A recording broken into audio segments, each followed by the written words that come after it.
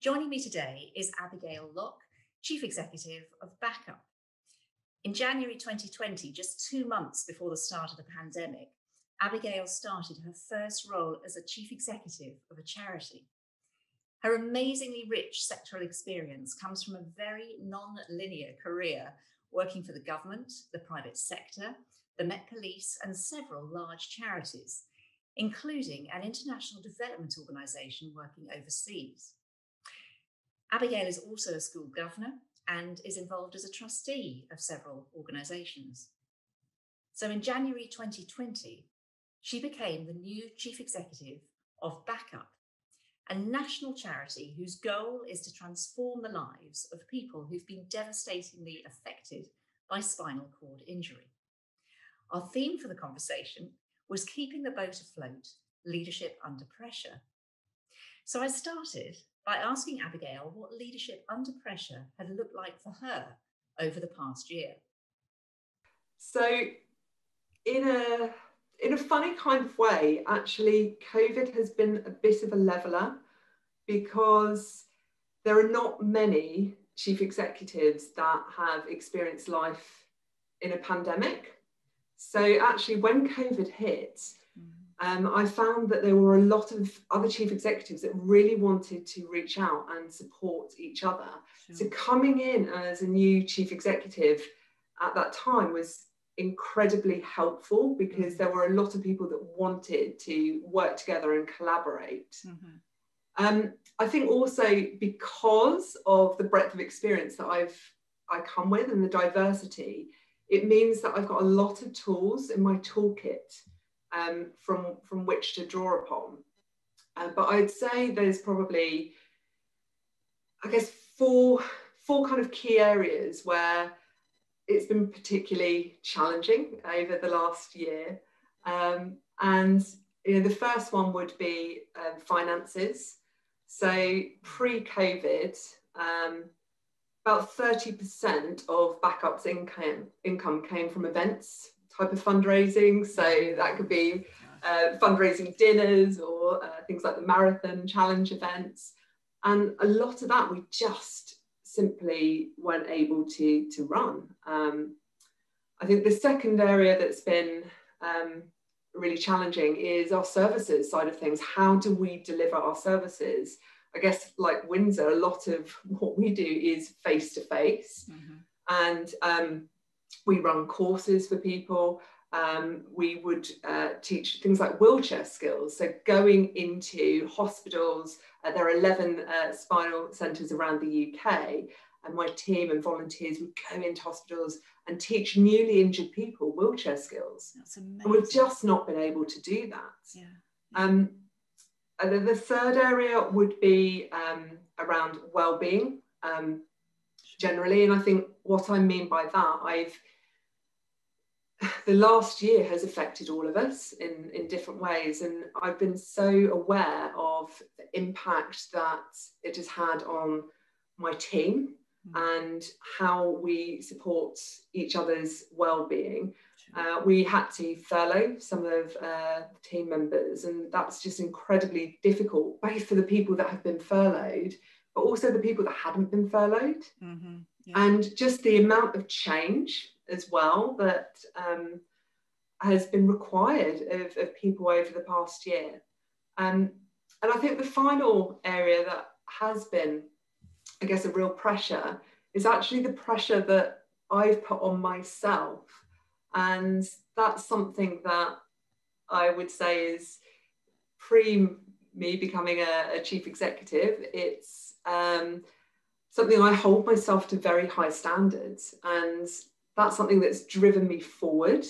But also that can be pretty exhausting. So I've had to really kind of keep drawing back and saying I've got to be kind to myself. So I guess those are the key areas of pressure that I've really had over the past 12 months. Absolutely. Abigail, it would be really helpful for us to understand a little bit more about the personal impact for you of the decisions that you've had to make over the past year. Would you like to share a little bit more about that with us now?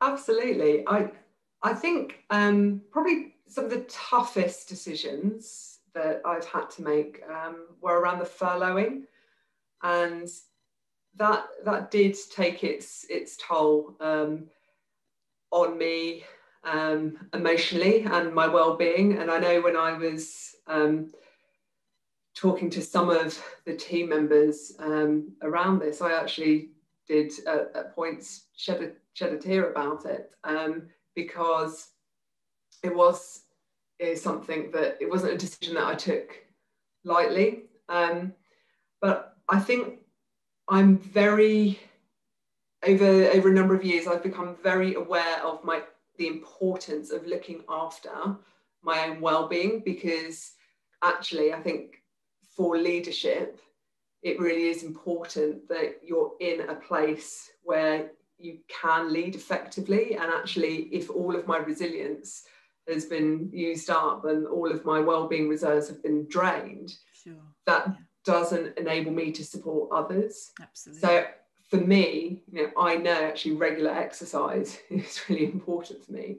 I know getting good night's sleep, again, is important for me. I know having daily time for reflection is important for me. And these are things that I share with others. And it's sometimes helpful to have the team around you to ask you those questions as well and support each other. And every week, my leadership team and myself, we check in with each other's well-being. We have those discussions so that we are supporting each other.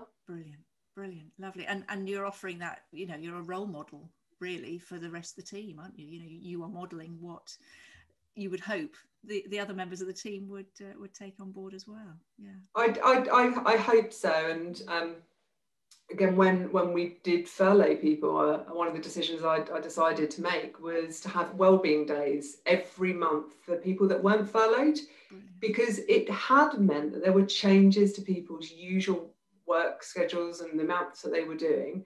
And I think this was in addition to their annual leave that they could take.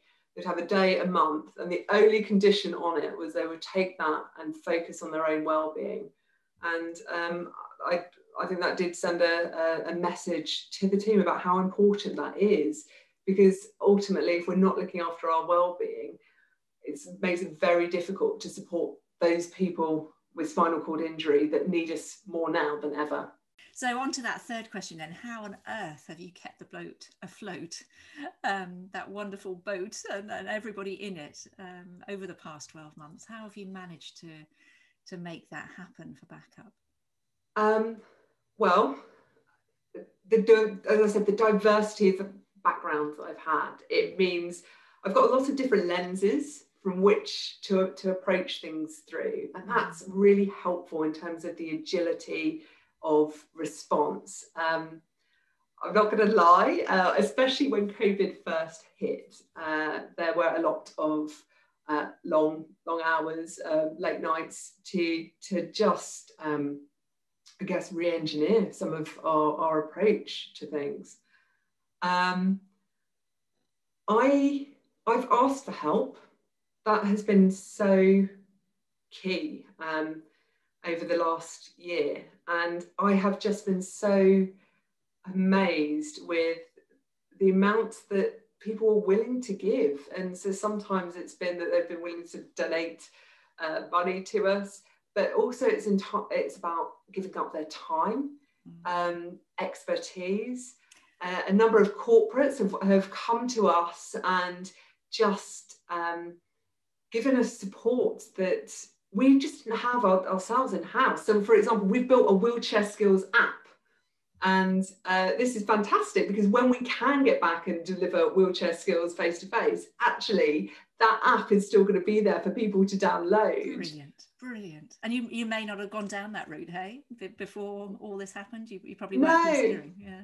No, we wouldn't have. And I think there's been a number of cases where actually we've just really innovated. So I'd say that's been another thing that while we've been asking for help, we have been prepared to innovate. We've been prepared to test and learn.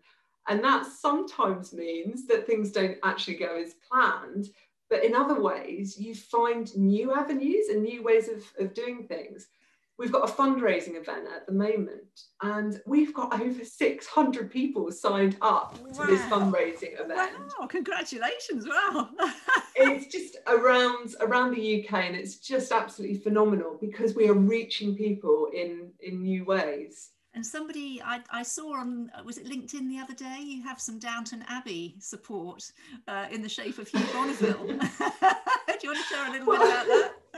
Well, again, this is another fundraising. We've got Heels for Wheels, where we have approached a number of celebrities and asked them to donate their shoes. So it doesn't have to be high heels, but it can be any type of shoe. And we're going to auction that.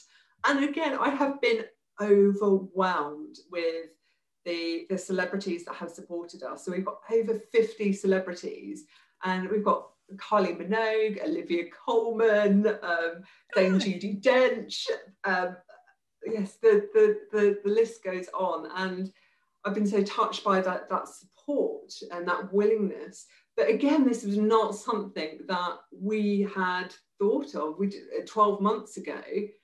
But not being able to run our kind of face-to-face events, it does encourage you to innovate. And the truth is, I do not know how this campaign will work out. We could end up with a lot of shoes, but actually the other thing is to encourage people to talk about spinal cord injury. We had Nick Jonas, who kind of retweeted us to his followers, and he's got 30 million followers, which is absolutely phenomenal.